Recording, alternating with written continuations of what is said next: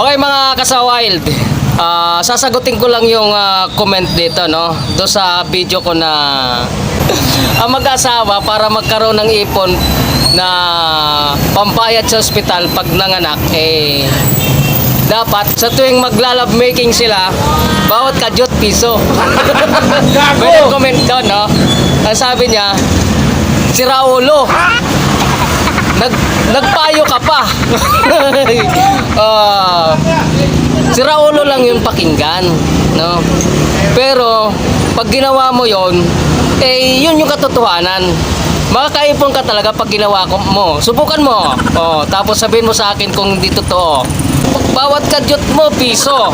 Ay kung makaisandang kadyot ka, di may 100 ka agad. Gawin mo yun sa 9 na buwan. Oh my God.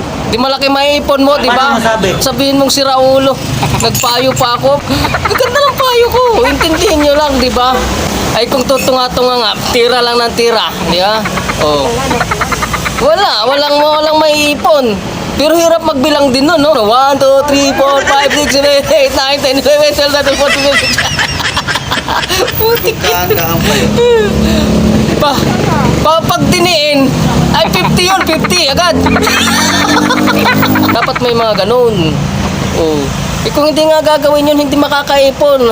Pambayad sa ospital, dito sa Maynila, lagi kaming mga taxi driver ang nagsasakripisyo, hindi naman kami kasama sa paggawa ng bata. Di ba? Diba? Totoo yun. Intindihin nyo lang.